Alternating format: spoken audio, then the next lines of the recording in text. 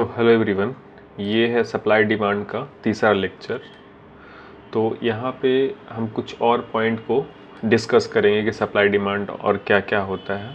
ठीक है, तो देखो, सप्लाई और डिमांड जनरली जो क्रिएट होता है ना, वो उस क्रिएशन में इंस्टीट्यूशन का सबसे बड़ा इम्पोर्टेंट रोल होता है। इंस्टीट्यूशन के कारण ही सप्लाई और डिमांड बनता है। इंस्टीट्यूशन जो, क्योंकि रिटेलर लोग के पास इतना पैसा नहीं होता है कि वो प्राइस को मूव करा सके, तो इंस्टीट्यूशन जनरली सप्लाई और डिमांड पे ही अपना काम करता है और मार्केट भी इसी बेसिस पे मूव करता है। ठीक है, और इंस्टीट्यूशन ही डायरेक्शन कंट्रोल करता है मार्केट का। एक बार जान लो, इंस्टीट्यूशन ही है जो कि मार्केट के डायरेक्शन को कंट्रोल करता है।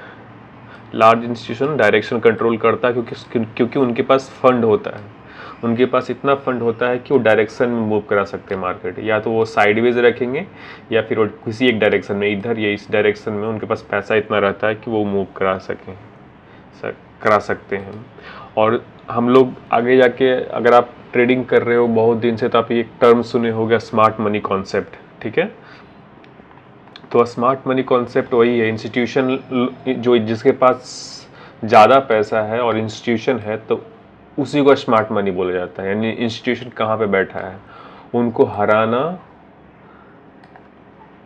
टफ होता है। ऐसा नहीं कि हरा नहीं सकता है। अगर कोई एक इंस्टीट्यूशन, छोटा इंस्टीट्यूशन, उससे बड़ा पैसा ले कोई इंस्टीट्यूशन आ गया, तो इस छोटे इंस्टीट्यूशन को हरा देगा।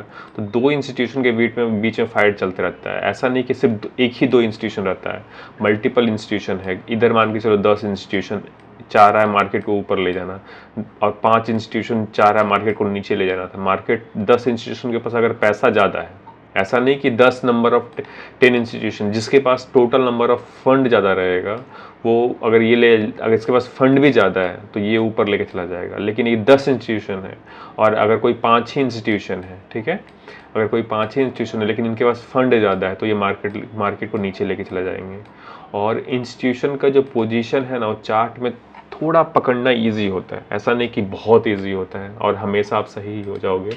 तो इंस्टीट्यूशन के पोजीशन बना रहेगा जहाँ पे, उसको आप थोड़ा पकड़ना इजी होगा। आगे जाके मैं एक्सप्लेन करूँगा कि इंस्टीट्यूशन कहाँ पे इंस्टीट्यूशन का पोजीशन बना हुआ है। तो अगर हम लोग इंस्टीट्यूशन के डायरेक्शन में प्ले आउट करना चाहेंगे तो हमारा विनिंग प्रोबेबिलिटी वहाँ पे बढ़ जाएगा। तो ये है स्मार्ट मनी कॉन्सेप्ट। और अगर हम सप्लाई डिमांड को थोड़ा और मैं तोड़ा हूँ, फ्रेगमेंट किया हूँ, तो देखो, एक होता है कि एक रिवर्सल पैटर्न होता है और एक कंटिन्यूएशन पैटर्न। तो रिवर्सल का मतलब क्या है कि मार्केट कहीं से यहाँ से ऊपर चलना चालू कर रहा है, चल रहा है, यहाँ पे रुका, फिर नीचे आ गया, तो ये रिवर्सल हो गया। कंटिन्यूएशन पैटर्न क्या होता है, मार्केट यहाँ चलना चालू कर रहा है, यहाँ रुका, फिर से ऊपर चलना चालू कर दिया, तो ये कंटिन्यूएशन पैटर्न है। रिवर्सल में ऊपर जाकर नीचे आ गया या फिर नीचे जाके ऊपर चला गया, ये भी हो जाएगा। और इसमें ये भी होता है कि नीचे चल रहा है, फिर ऐसे ऐसे रुक के फिर से नीचे चल चालू, जो डायरेक्शन पहले इसी डायरेक्शन में चल रहा है, मेजर डायरेक्शन ये है, और ये इस डायरेक्शन यहाँ पे रुका, फिर से चलना चालू कर दिया, यहाँ पे ऊपर गया, फिर नीचे आ गया, फिर नीचे आया, फिर ऊपर चला गया। ये हो गया अपना रिवर्सल और ये हो गया अपना कंटिन्यूएशन पैटर्न। ठीक है, तो इसको मैं थोड़ा इसमें फ्रेगमेंट करके इजीली समझाने की कोशिश किया हूँ कि इसमें रिवर्सल में दो तरह का होता है। जैसे रिवर्सल में अगर देखोगे तो यहाँ पे मैं जो बताया, जैसे रिवर्सल में क्या है, ड्रॉप बेस रैली। ड्रॉप और बेस रैली का मतलब क्या है, मार्केट गिरा, बेस बनाया, फिर गिरा, तो ये पहला कॉन्सेप्ट हो गया। फिर एक इसका सेकंड कॉन्सेप्ट क्या है, रैली बेस रैली, तो ये हो गया, सॉरी ये मैं गलती बता दी यहाँ पे। देखो यहाँ ये रिवर्सल है, रैली बेस फिर ड्रॉप, ठीक है। और यहाँ पे क्या था, ड्रॉप बेस रैली। यहाँ इसको मैं एक्सप्लेन कर रहा था, यहाँ गलत बता दिया हूँ मैं, एक बार फिर से बता रहा हूँ। देखो ड्रॉप पे बेस रैली में क्या है, पहले ड्रॉप हुआ, बेस बनाया, फिर से रैली कर गया, तो ये पहला कॉन्सेप्ट हो गया। फिर इसका सेकंड कॉन्सेप्ट क्या है कि पहले हुआ रैली, फिर हुआ बेस, फिर हुआ ड्रॉप। तो ये इसका इस रिवर्सल का ये है, रिवर्सल का एक एक्सप्लेनेशन है। नीचे और चार्ट से मैं एक्सप्लेन किया हूँ। और इसमें हमने क्या किया था कि यहाँ से क्या हुआ, ड्रॉप, ये कंटिन्यूएशन का एक्सप्लेन कर रहा हूँ, ड्रॉप बेस ड्रॉप।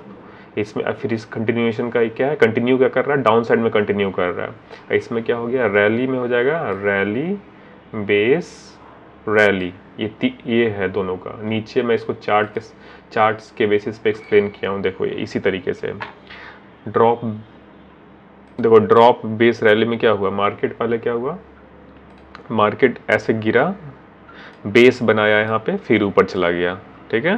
तो ये हो गया ड्रॉप बेस रैली, ये रिवर्सल हो गया।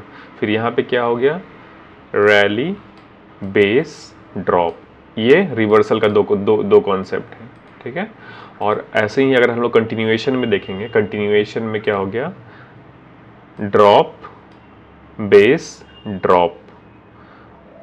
इसका सेकंड क्या है, रैली बेस रैली।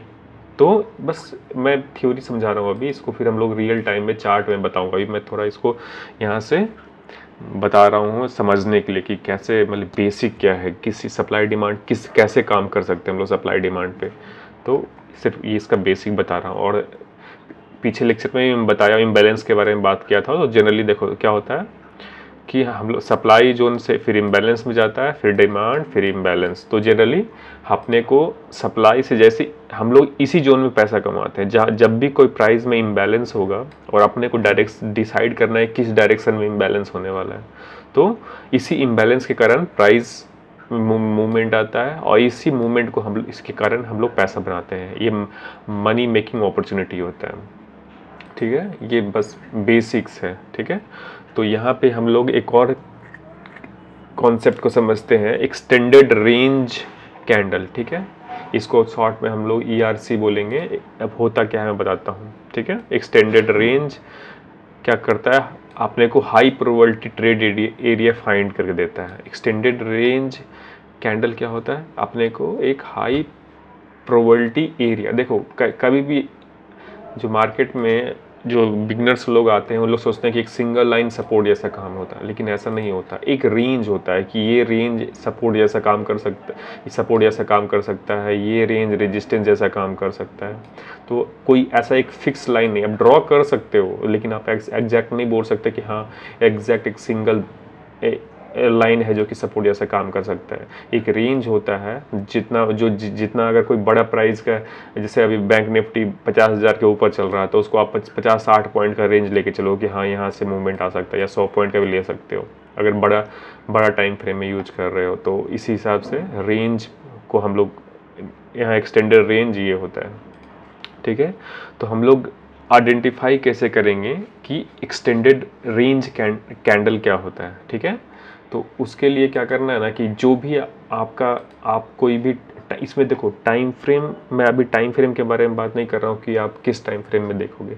जनरली आप इंट्राडे में करोगे तो 5 मिनट या 15 मिनट, उससे ज़्यादा नहीं देख सकते, ठीक है। मैक्स टू मैक्स 15 मिनट, वो भी मैं बोलूँगा इंडेक्स में तो नहीं है देख सकता, स्टॉक्स में देख सकते हो, लेकिन 5 या 15 मिनट से ज़्यादा नहीं कर सकते हैं, ठीक है। तो बस अभी मैं टाइम फ्रेम नहीं बता रहा हूँ, टाइम फ्रेम में आगे जाके बताऊँगा कि कौन से टाइम फ्रेम में देखना है।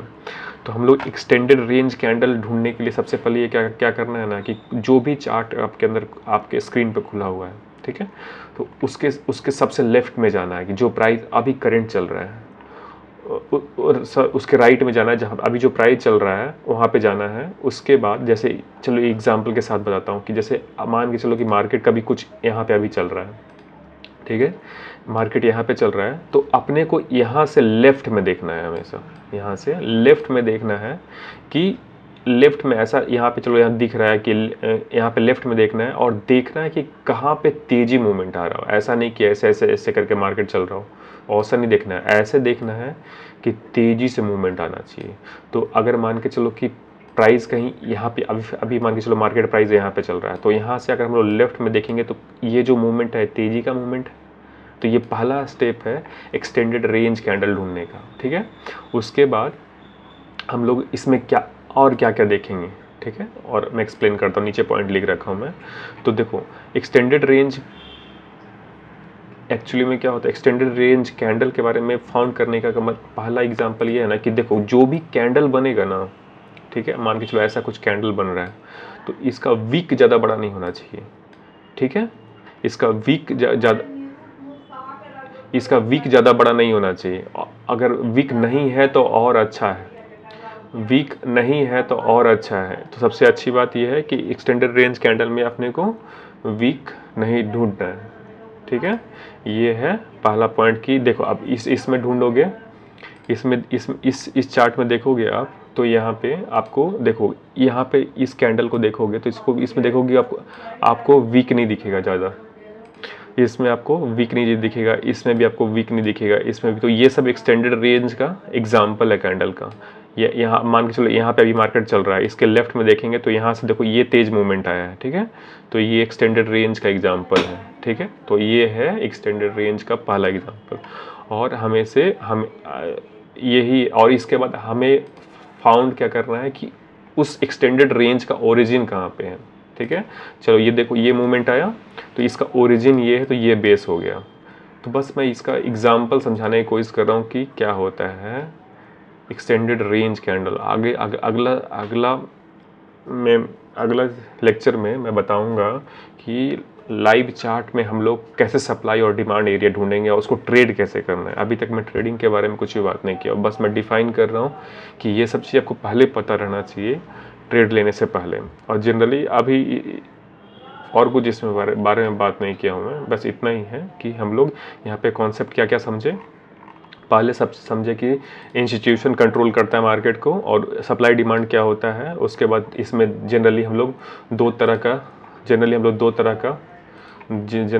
तरह का देखें कि एक रिवर्सल होगा, कंटिन्यूएशन होगा, फिर रिवर्सल में दो होगा, ड्रॉप बेस रैली, फिर रैली बेस ड्रॉप, और उसके बाद कंटिन्यूएशन में ड्रॉप बेस ड्रॉप, और ये रैली बेस रैली। और एक हम लोग स्टैंडर्ड रेंज कैंडल के बारे में बात की। बस इतना ही है, सिर्फ बेसिक एक्सप्लेन किया हूँ इसमें, और कुछ नहीं है। अभी तक मैं इसमें ट्रेडिंग के बारे में कुछ बात नहीं किया हूँ कि क्या ट्रेडिंग है नहीं है। Thank you.